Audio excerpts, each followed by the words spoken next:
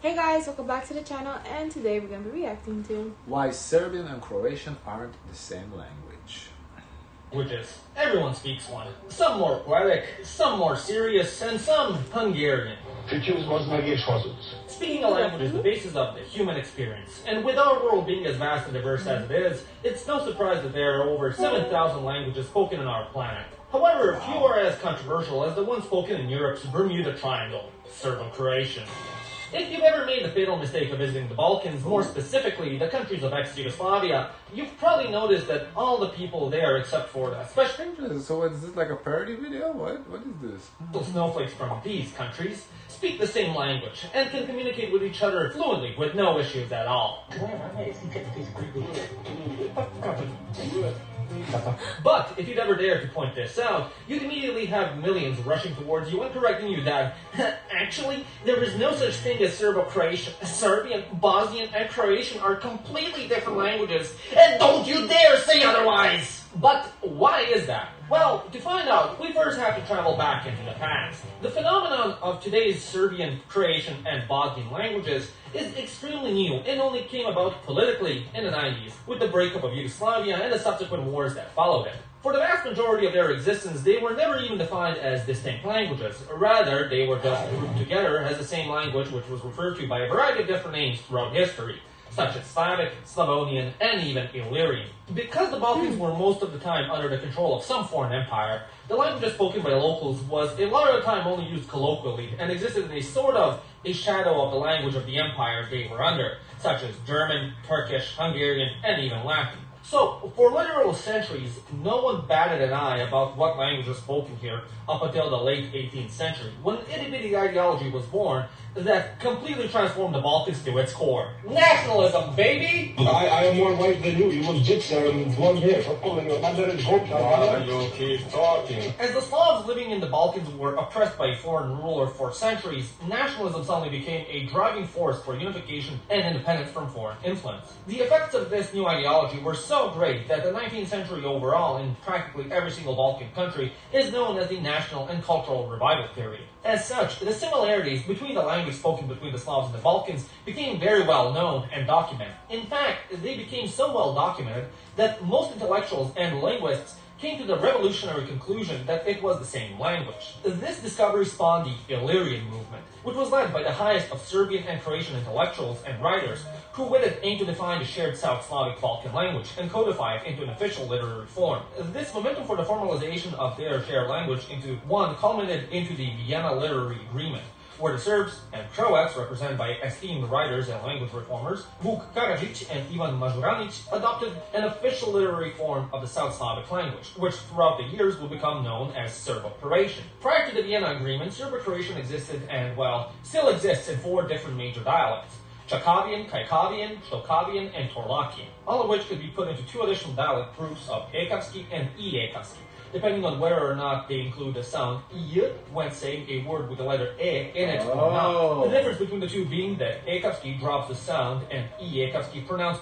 That's interesting. That kind of gives me like American English and British English. Like, you know, like they have O-U-R, like color, like then donut. yeah. Like they add like after O, they add the extra U. That's kind of what it gives me. Okay, that's interesting.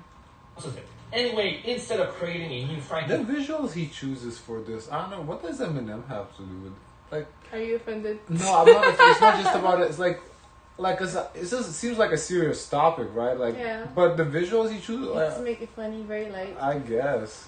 Of a language by pulling elements from all the different dialects, Shtokavian was chosen to be the official literary language for the southern Slavs of the Western Balkans. The name Serbo-Croatian didn't get picked up by everyone until the early 20th century. Soon after the Kingdom of Yugoslavia was formed in 1918, it became the kingdom's official language. The official form of the language continued to evolve and be reformed throughout the 20th century. The most notable of these reforms was the Novi Sad Agreement, which again brought the creme de la creme of Serbian and Croatian literary intellectuals together to level and standardize the language. With the agreement, it was decided that the language developed in 2 literary hotspots, Belgrade and Zagreb, that both of its writing systems, Latin and Cyrillic, and pronunciations, Ekavski and I-Ekavski, were equal. And most importantly of all, that the management and standardization of the language's grammar and terminology will be handled by the universities of Belgrade, Zagreb, and Sarajevo. as well as Matica Srpska and Matica Hrvatska, the two literary and cultural associations of their respective republics. As such, throughout the 19th and vast majority of the 20th century, Serbo-Croatian was accepted by academia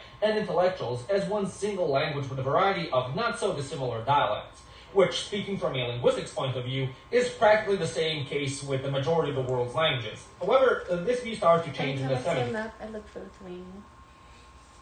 As ethnic tensions within Yugoslavia start to rise. Slowly the people start to prefer to call their language either Serbian Croatian or Bosnian instead of Serbo-Croatian. And as the civil war overwhelmed Yugoslavia, Serbo-Croatian officially went out of use by all parties involved. But although they stopped using a language, that doesn't mean you have to as well. Especially not when there's Lego pie, baby! Since Colorado legalized weed, I smell it everywhere.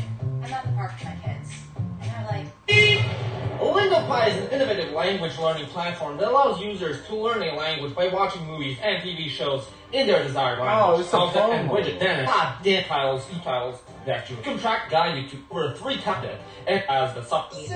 And get LingoPie today. To intensify the treatment of Serbo-Croatian by the parties involved started to delve into revisionist politics. Both the Serb and Croat governments started to insist that their dialect, or as it was now seen, a language, was distinctly different from the opposite and started to impose language purism. In the newly established Republika Srpska in Bosnia, Ekavski was pronounced as the official dialect of the government, even though the majority of its population spoke in the Ekavski dialect. This embracement of Ekavski was taken to high levels of ridiculousness at times that the name of Croatian cities such as Osijek, Bjelovar, and Batin Bijeljina were translated to Osijek, Belovar, and Beljina. However, other nationalists went in the other direction. So I guess at least based on how he's described, really the only difference is IJ in front of E. Like if that's the only difference, then I can. They understand each other. Yeah, they really understand each other. Because that's only really a written difference. I don't even know if you can like really hear it and pronounce, like especially if you speak fast.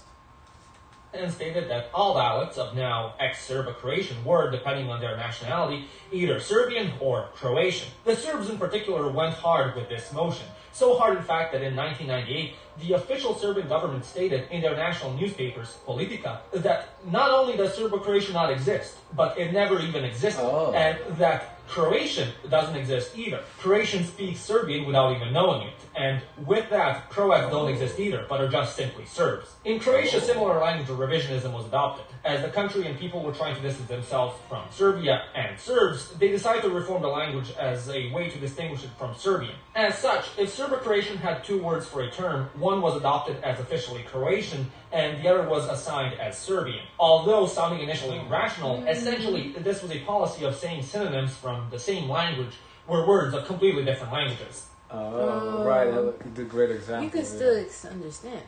Yeah, okay. The best example of this could be seen with the word for iron. In Serbo-Croatian, iron could be said in 2 ways. In Serbian as gvožđe and in Croatian as željezo. The Croatian government claimed that gvožđe was incorrect and Serbian, and the latter should be exclusively used. However, gvožđe, referring to iron, has been used for centuries in Croatian literature, such as in Šarić's Croatian translation of the Bible, Mežuranić's The Death of Smile Aga Čengić. Yeah, so it really seems like a good comparison between these 2 languages is English, American versus British. Seems like that's interesting. I never, because the only thing I knew that, the Serbian also used Cyrillic, so they use 2 alphabets. That's what I thought the difference was. In the works of August Šenoa, works of Gundulić, works of Kamov, and many, many others. This policy in Croatia only intensified as the years went by, so much so that it reached high levels of absurdity. The government lobbied its linguistics organizations to purify the language. As such, even after the war between Croatia and Serbia was concluded, the Croatian government was implementing new official Croatian words in the language's lexicon. Serbo-Croatian words for helicopter was changed to zrakomlat, meaning air flare. Telefon, was changed to brzoglas, meaning fast voice. And even Chivaki were renamed to mljevnici, meaning grounded up ones. This policy became so absurd that in 1999, when a Serbian film by the name of Vrane, meaning scars... That's interesting. I get why they're starting doing it. They kind of wanted their own identity a little bit, but at the same time, I don't... as a regular person, that's kind of like, why are you doing... Like, it's just so... Because No, because like What are you doing? Lithuania is doing something similar like with international wars. Like, you know, because with technology, there's a lot of new words that come up, Yeah. and they're like English. It used to be that we kind of just Englify it. So to give you an example, I don't know, like a cloud, you know, for example, like a cloud, not this cloud in the sky, but like a cloud, like technological cloud. We would just call it, you know, cloudless. But they, you know, trying to come up with a new word, like stuff like that. So that does make it, you know, they again. I can imagine for in medicine and in science. I understand why linguists want to do it because they want to, you know, it's this language, but for a regular person, especially who speaks, you know, English, is like it's much like I feel like there's some new words that, you know, have been created since I left that I wouldn't even know what they mean, you know, because I would just use like the Englishified version of it, you know. Was showcased in Croatian theaters, its title was translated and renamed to Ozijede. For those of you that don't speak Serbo-Croatian, it was essentially as if an American movie titled Cookies was played in the UK and then renamed to Biscuits. As a result, Croatia's language purism became a subject of ridicule in other Now, that is weird because we do have biscuits here, they're not cookies. It's something else. The cookies biscuit is a different thing. And also the chips crisps. We do have crisps too, but crisps are not chips.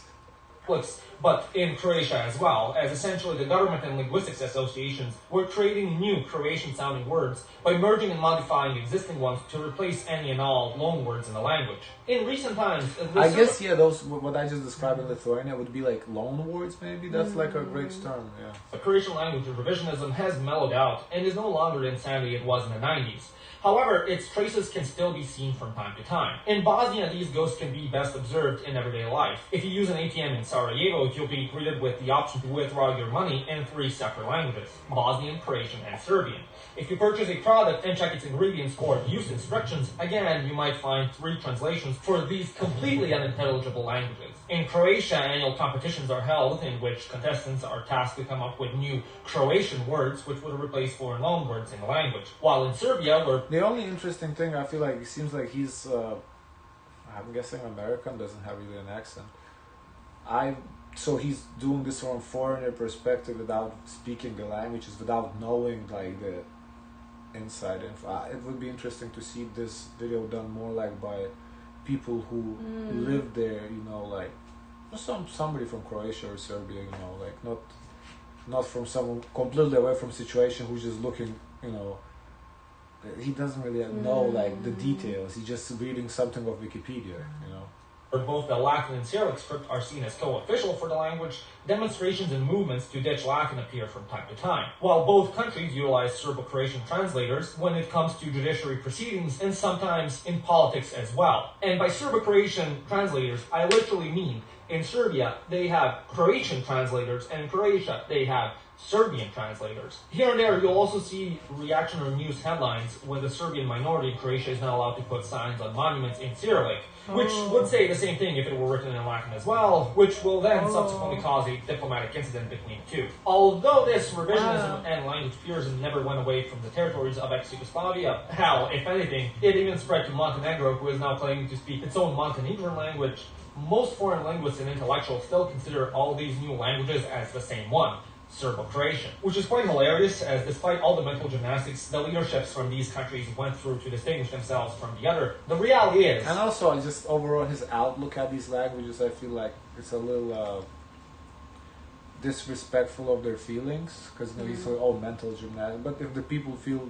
They want to have their right, identity. if Croatians want to have their own identity, their own language, who is he to say that, oh, this is just mental gymnastics, the same thing? Like, it's because he's saying it makes it seem like it's a burden what they're doing. Yeah, but if you know, I understand separating, you know, from another country and trying to get your own identity. So I can, like, that's what I'm saying from our perspective. Reading an article to Wikipedia might be, oh, you know, that's whatever, but for them it's a big deal. So. Facts don't care about your feelings.